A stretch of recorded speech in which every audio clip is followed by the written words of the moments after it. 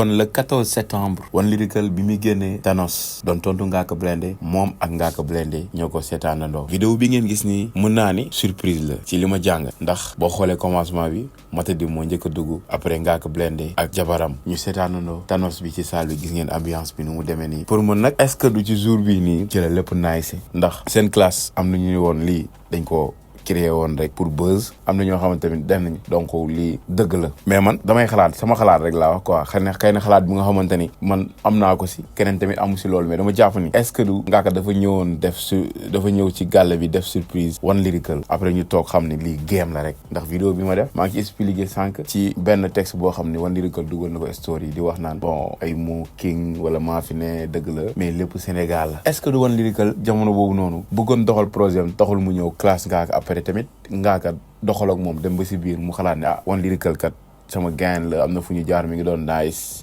def nañ fay collabo mu def surprise One Lyrical ñëw toog saafonte ba surprise bi si am seen vidéo bi muy ndaanaan nga xamante ni mooy annoncé dem naa di albumu One Lyrical di vol 1 vol 2 vol 3 vol 1 bi war a génn le 5 janvier man analyse boobu noonu laa si def mais je répète game la showbiz la te ku nekk da ngay xool lu say mbir di doxee mais nag affaire yi nekkatu clashante yoo xamante ni ci lañ war di nekk à chaque fois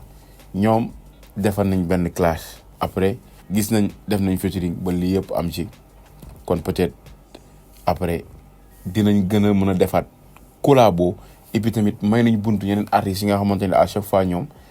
dañuy jël yenn affaires yi def ko mu nekk sérieux dëgg la nag am na clashante yoo xamante ni ñoom dañ koy dund gars yi dañ koy dund dëggantaan loolu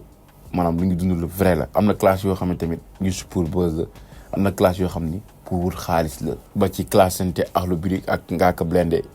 pour man tamit business la ndax ñoom it classe yi ñu def recc woon ko ndax moo indi seen bég di ban gañi si ay millions gars yi dama leen bàyyi ngeen seetaanaat vidéo bi après yéen tamit ngeen def seen réaction ci jàngat bi ngeen am ci vidéo bi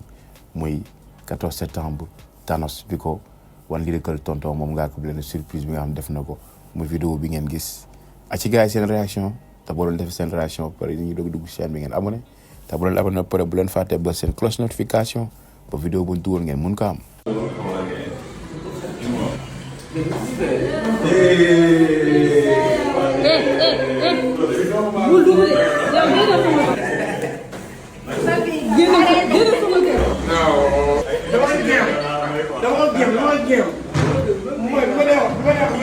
Tuh nasa ya, ini tulis saja buat gini. Baru nak, mana sih boleh dulu. Kau yang masuk. Jadi boleh sih. Nak saya lagi dalam, yoki mantu, jalan jalan baru jai, modi modi watch, malah kemasan, yola pala, aku depan dah, bikin jam lagi dia watch lampu, malah fokiran.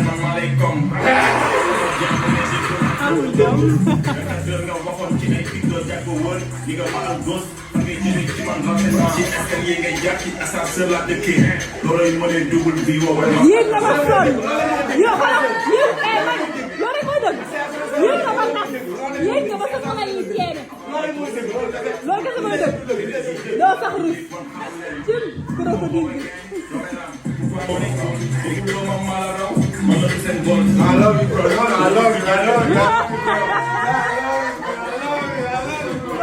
Hip hop,